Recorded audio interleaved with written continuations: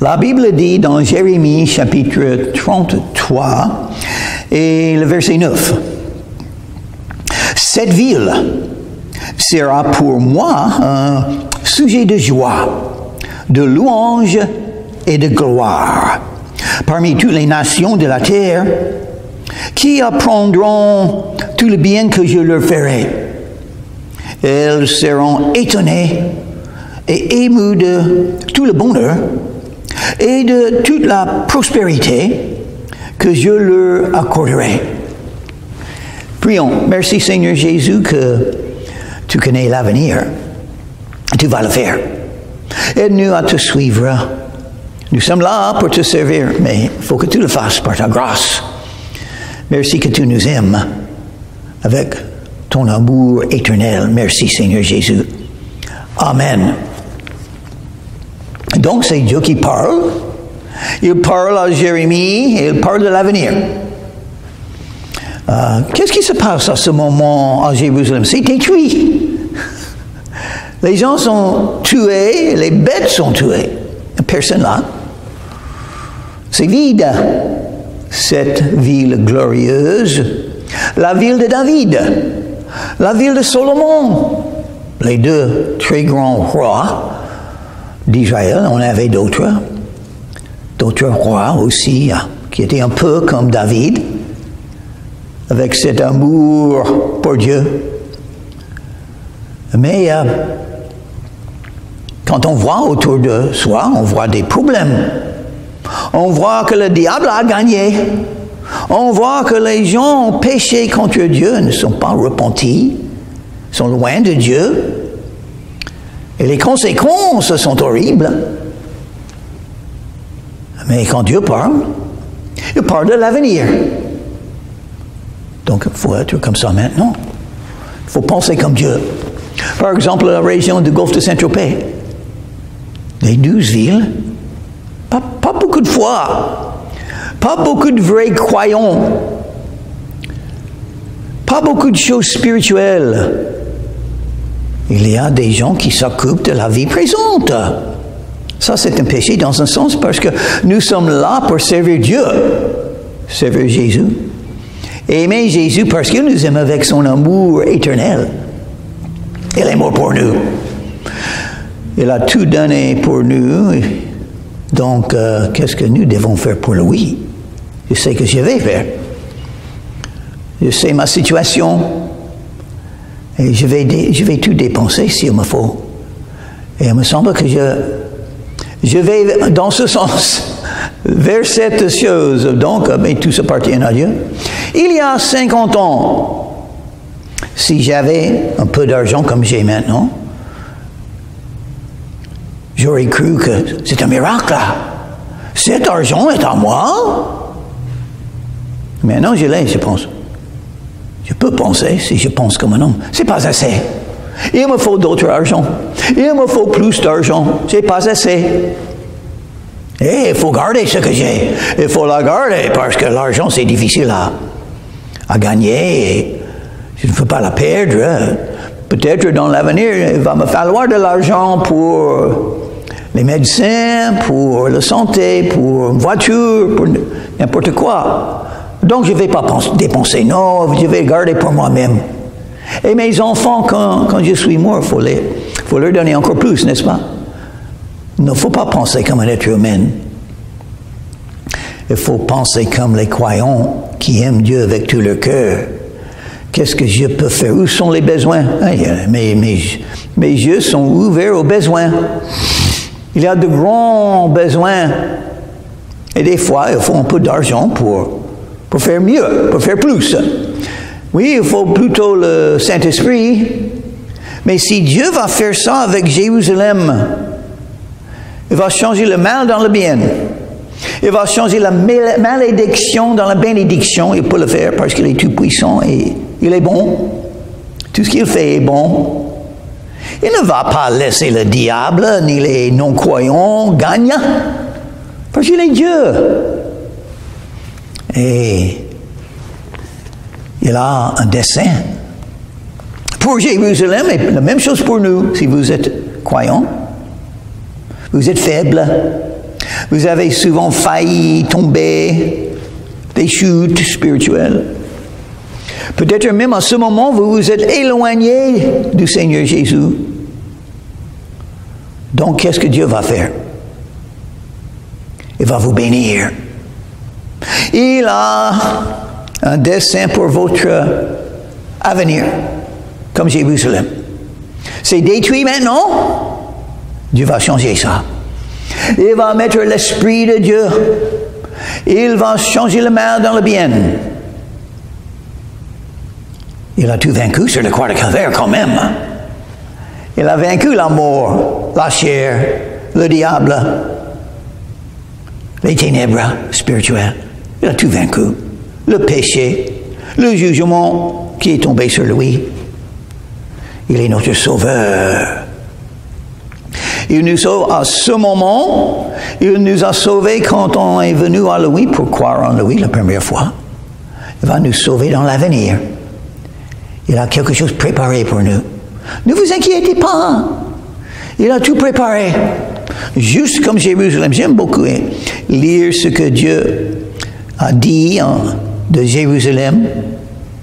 Toute la prospérité que Dieu leur accorderait. Il y a beaucoup de choses dans ce monde. Beaucoup de prospérité. Vous pouvez en avoir une partie.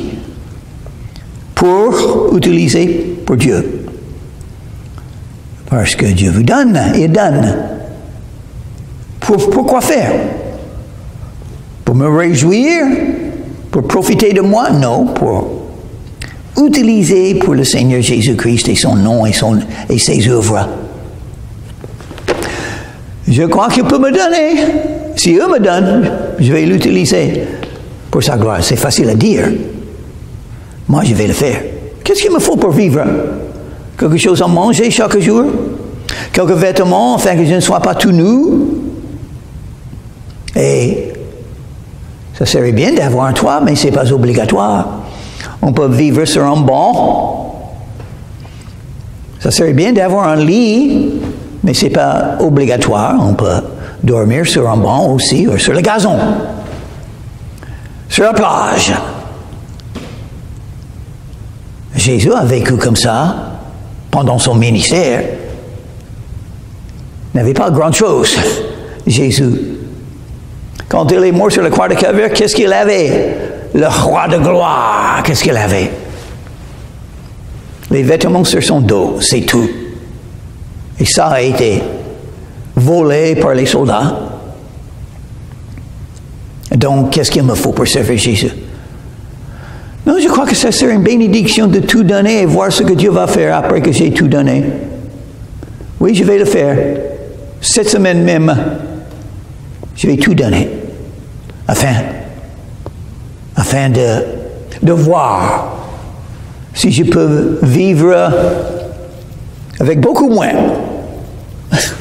Je crois que c'est possible parce que Dieu a un dessein pour moi. Malgré le fait, c'est possible que je suis le pire de tous les croyants. Mais qu'est-ce que Jérusalem en ce moment? Le pire de toutes les villes. Détruit par le péché, par le jugement de Dieu. Ce n'était rien. Mais Dieu a dit non, non. Il ne faut pas voir ce qui se passe à ce moment. Il faut voir l'avenir. Et je vous dis, Dieu a dit, ça va être beaucoup mieux. Parce que c'est Dieu qui va le faire. Et Dieu est le seul qui fait tout ce qu'il veut. Il va le faire, verset 10. Ainsi parle l'Éternel. On entendra comme encore dans ce lieu dont vous dites, il est désert.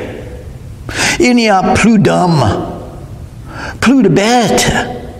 On entendra dans les villes de Juda et dans les rues de Jérusalem dévastées, privées d'hommes, d'habitants et de bêtes. On entendra quoi? Verset 11.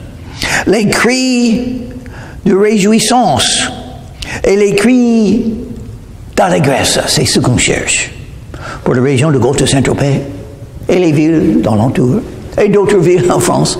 Ça peut arriver, n'est-ce pas? Dieu peut le faire.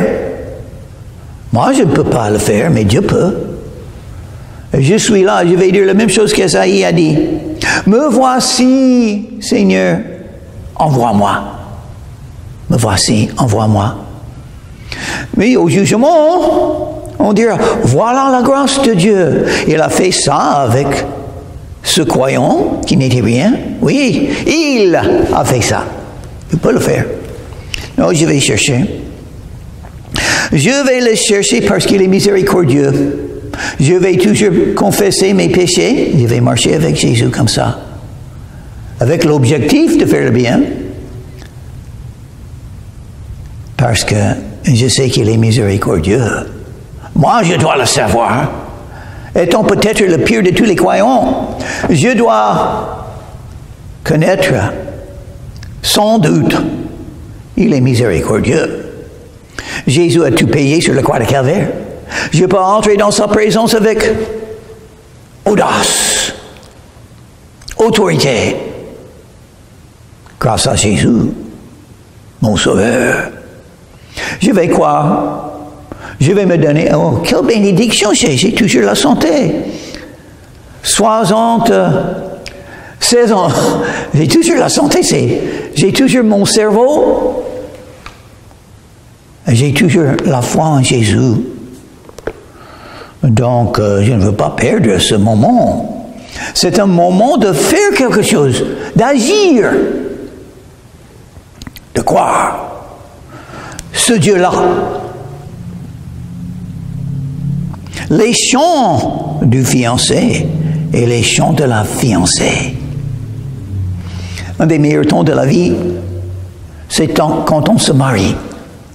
On est tout seul, on rêve à l'amour, on prie à trouver quelqu'un.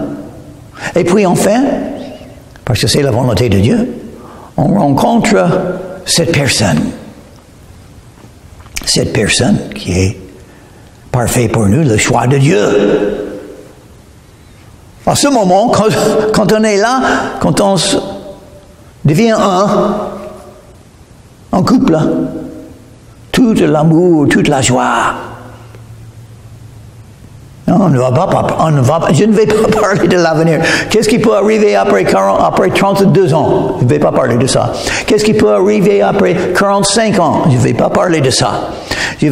Comme Dieu, je parle de commencement. C'est le mieux que les êtres humains peuvent faire, le commencement d'un amour. Malheureusement, ça peut se perdre. Oui, la vie peut séparer ceux qui s'aimaient. Mais on ne va pas parler de ça.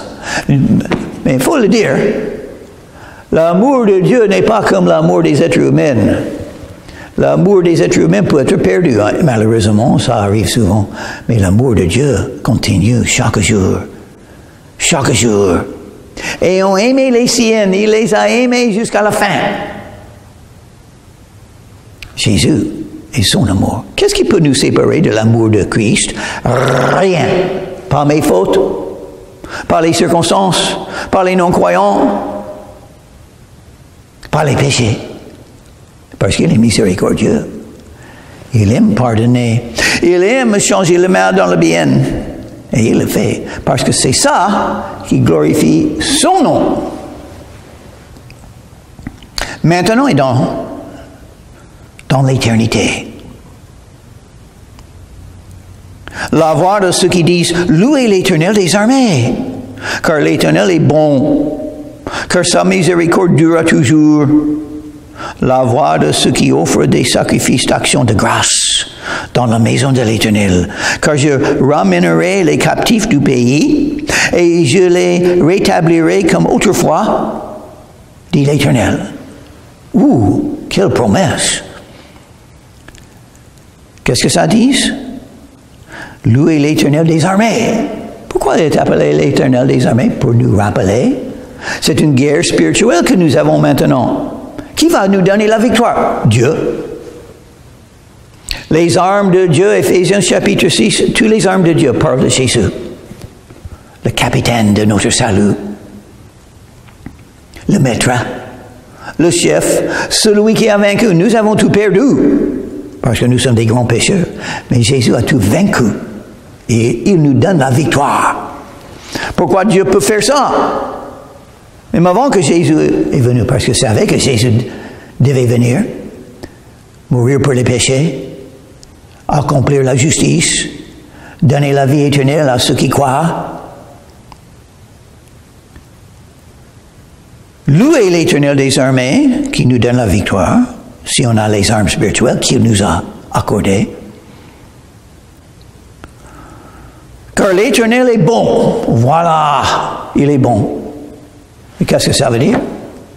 Il y a des versets de la Bible qui disent il est amour. Mais non, ça dit il est bon. Tout amour vient de Dieu, toute bonté vient de Dieu. Dieu donne beaucoup de bonnes choses, n'est-ce pas, à tout le monde. Il est le Père des cieux. Il est le Père Saint. Dieu. Dieu est le Père Saint. Plus d'autre, personne d'autre n'est le Père Saint. C'est Dieu dans le ciel. Et il est bon. Il est saint, il est amour et il est bon. Donc, vous pouvez s'assurer, vous pouvez vous assurer, beaucoup d'assurance. Dieu fait de bonnes choses. Il va faire de bonnes choses dans votre vie. Maintenant et dans l'avenir, surtout dans l'avenir. Si on regarde les choses avec les yeux dans la tête, vous allez regarder, peut-être comme Jérusalem à ce moment, tout est détruit. Le diable a beaucoup gagné.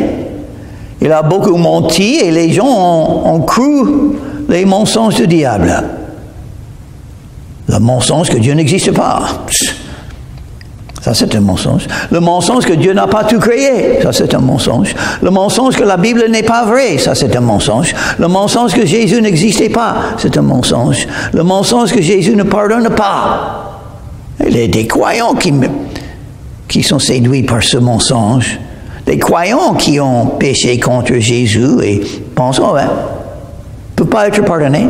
Ça, c'est un mensonge. Si nous confessons nos péchés, il est fidèle et juste pour nous pardonner et nous purifier de toute iniquité. Toutes les iniquités.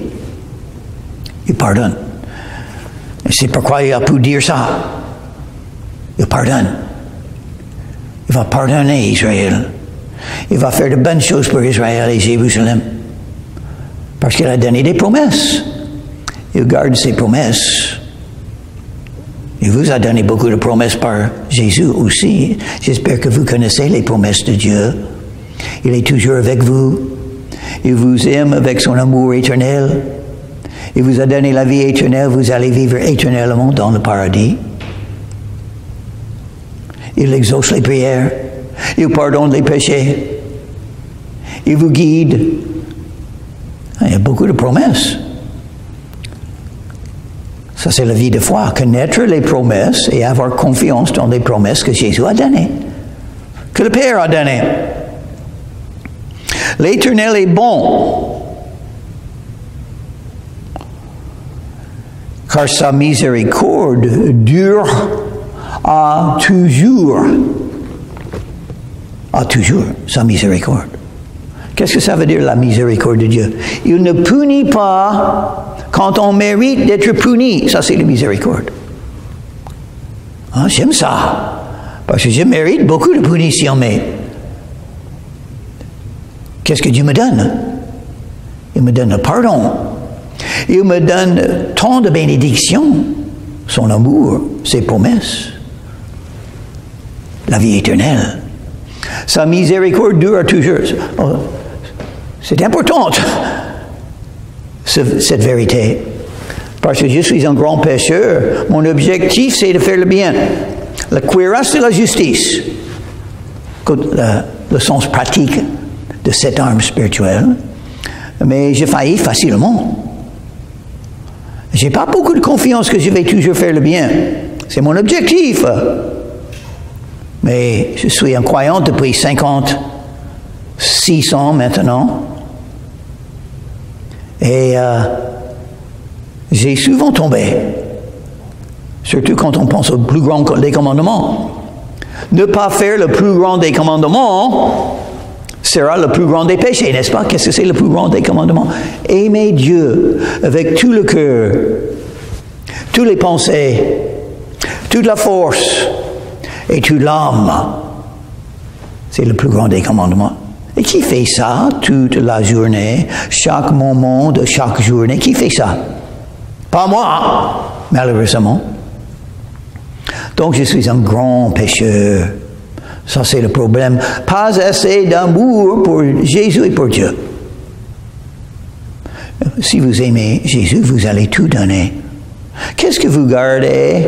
Qu'est-ce que vous avez mis à côté? Vous n'allez pas donner à Jésus? Un objectif, un désir, un rêve, un péché, de l'argent. Il faut tout donner. Une carrière, un boulot, une voiture, une maison, un amour. Qu'est-ce que vous gardez que vous ne donnez pas à Jésus? Alors, ça veut dire, vous n'aimez pas assez Jésus. Il vous a aimé. Car Dieu a tant aimé le monde. Oh, ça veut dire moi aussi, il m'a aimé.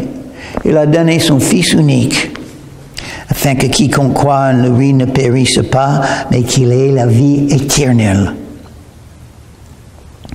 Sa miséricorde durera toujours. Il me faut ça pour continuer à suivre Jésus. Il me pardonne aujourd'hui pour pouvoir le suivre.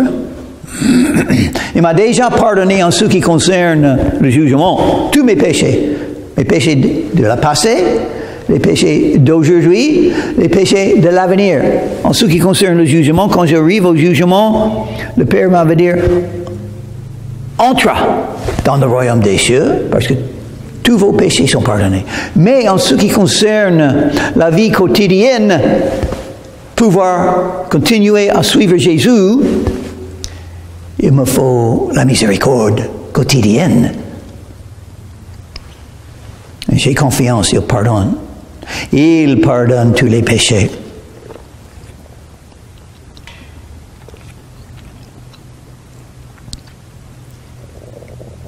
La voix de ceux qui offrent des sacrifices d'action de grâce.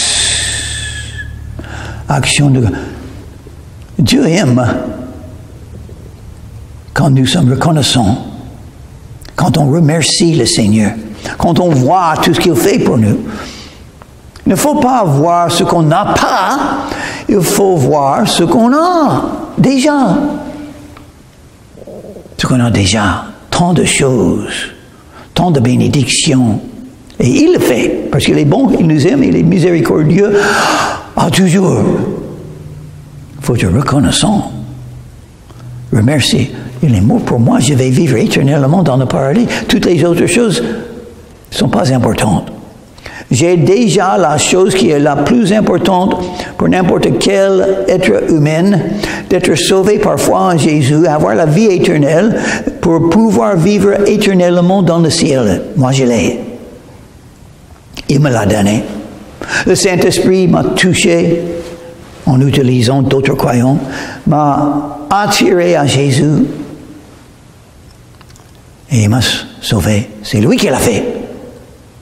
Jésus a dit, Jean chapitre 16, verset 15, Jean chapitre 15, verset 16, vous ne m'avez pas choisi, c'est moi qui vous ai choisi, et je vous ai établi afin que vous alliez, que vous portez du fruit et que votre fruit demeurera. Et tout ce que vous demandez le Père dans mon nom, il le fera. Quelle promesse. Non, c'est lui qui l'a fait déjà. Si vous êtes un vrai croyant, né de nouveau, sauvé par foi en Jésus, et en reçu la vie éternelle, et tous les péchés pardonnés, vous êtes déjà bénis. Ils font des sacrifices d'action de grâce. Un sacrifice, pourquoi ça s'appelle le sacrifice? Pas un sacrifice des animaux. Il y a beaucoup de sacrifices des animaux dans l'Ancien Testament, n'est-ce pas? Beaucoup. Des milliers par jour, des fois. Beaucoup d'animaux tués, parce que ça symbolise le mort de Jésus sur la croix de Calvaire. C'est pourquoi Jésus est appelé, un de ses noms, l'agneau de Dieu, qui ôte les péchés du monde, selon Jean-Baptiste. Mais quel sacrifice est-ce que Dieu préfère? Les sacrifices qui se passent dans le cœur, surtout. Les actions de grâce. Dans la maison de l'Éternel. Où est la maison de l'Éternel? Quand ces mots ont été écrits, ça n'existait plus. Le temple de Salomon a été détruit par les Babyloniens. Enfin, ça a été refait. On peut lire Esdras pour en lire comment Dieu a fait ça et quand. Mais même ce temple-là a été détruit par les Romains. L'année 70 après la naissance de Jésus. Mais ça n'existe plus, donc. Mais ça va être refait. Il y aura au moins encore un temple. Dieu le voit dans l'avenir. Car je ramènerai les captifs du pays et je les rétablirai comme autrefois. Les Juifs vont revenir à Jérusalem. Et même, ça se passe maintenant. De plus en plus, les Juifs qui reviennent en Israël. Mais ce n'est pas assez. Un jour, tous les Juifs du monde seront encore en Israël et beaucoup en Jérusalem. Parce que Dieu le fera. Parce qu'il a donné une promesse à Abraham et il a donné une promesse à David. Et Dieu garde ses promesses. Ça, c'est pourquoi le Nouveau Testament commence avec les paroles au sujet de Jésus. Le livre de la génération de Jésus-Christ, fils de David, fils d'Abraham. Pourquoi c'est dit ça au début du Nouveau Testament? Dieu garde ses promesses qu'il a faites il y a des milliers d'années. Abraham vivait il y a presque 4000 ans. Et Dieu n'oublie pas ses promesses. Même quand Jérusalem a été détruit par les Babyloniens, et même pour les croyants, une vie détruite par le péché, par la chair, par le diable, oh, Dieu peut le refaire. Il aime faire ça, parce qu'il a sa miséricorde à toujours.